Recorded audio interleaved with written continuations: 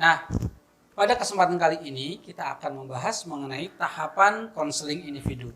Secara umum, yang dibahas oleh Su In Kule, tahapannya meliputi 3 macam, yaitu beginning stage, middle stage, dan ending stage.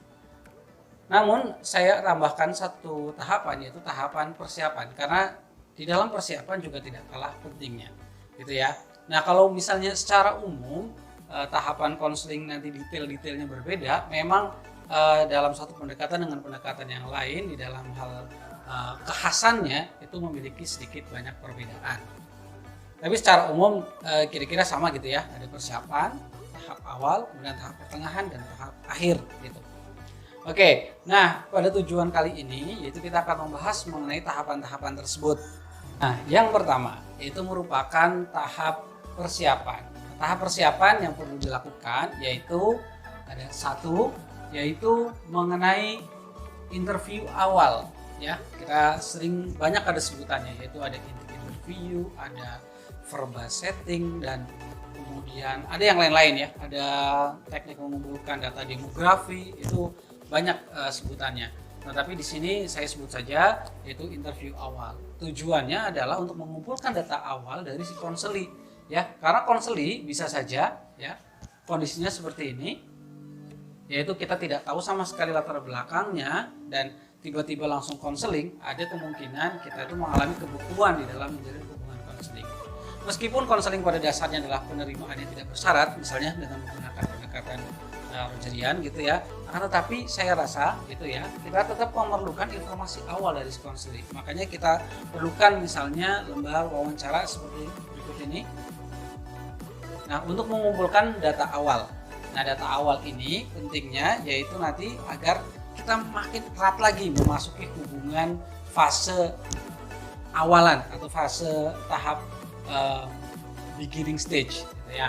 Nah, kemudian yang berikutnya selain mempersiapkan data-data tadi ya, atau mencari data atau dengan wawancara awal, yaitu yang berikutnya adalah pada tahap kedua bisa dilihat di sini, yaitu merupakan mempersiapkan ruangan. Nah, dalam hal persiapan ruangan juga hal yang cukup penting, mengingat kita seringkali di sekolah maupun di tempat-tempat penyelenggara pendidikan, kita seringkali belum memiliki fasilitas konseling yang cukup. Maka dari itu, jika ingin dilakukan konseling, kita perlu senantiasa mengatur ruangan. Nah, ruangan ini harus disetting senyaman mungkin karena akan mempengaruhi emosi atau kenyamanan dari si konseli ketika bercerita. Nah, misalnya ruangan bentuknya seperti ini, ya kita masih ingat ini di film apa ya, stage seperti ini. Kemudian juga ada ruangan yang seperti ini. Nah, itu macam-macam. Mungkin kalau di sekolahan ya di antara salah satu ini gitu ya, itu ada gitu ya, sangat menyenangkan sekali gitu, karena biasanya seringkali mungkin ada di balik lemari. Nah, ruangan seperti itu saya kira belum cocok untuk dilakukan atau digunakan untuk konseling. Pun begitu, yang penting syarat ruangan adalah asas kenyamanan dan asas kerahasiaan dari si konseli tetap terjaga. Jadi asalkan konseli merasa nyaman, kemudian kita juga merasa nyaman sebagai konselor, karena hubungannya di dalam konseling hanya satu dengan 2 orang gitu ya, takutnya misalnya terjadi fitnah atau apa. Yang penting asas kenyamanan dari konseli dan konselor, kemudian asas kerahasiaannya, maksudnya ketika dia melakukan konseling suaranya tidak terdengar dari luar, itu saya rasa ruangan sudah cukup memenuhi lah ya. Tinggal di aspek-aspek lainnya yang perlu kita penuhi. Nah, yang ketiga, mengatur tempat duduk bentuknya bisa macam-macam. Seperti yang kita ketahui, kalau di sekolah mungkin bentuknya seperti L begitu ya, atau seperti ini yang digambar. Nah, kemudian di beberapa misalnya sesi konseling terlihat juga konselor dan konseli duduk sangat nyaman di antara sofa masing-masing, seperti halnya tamu ketika bertamu di rumah gitu ya.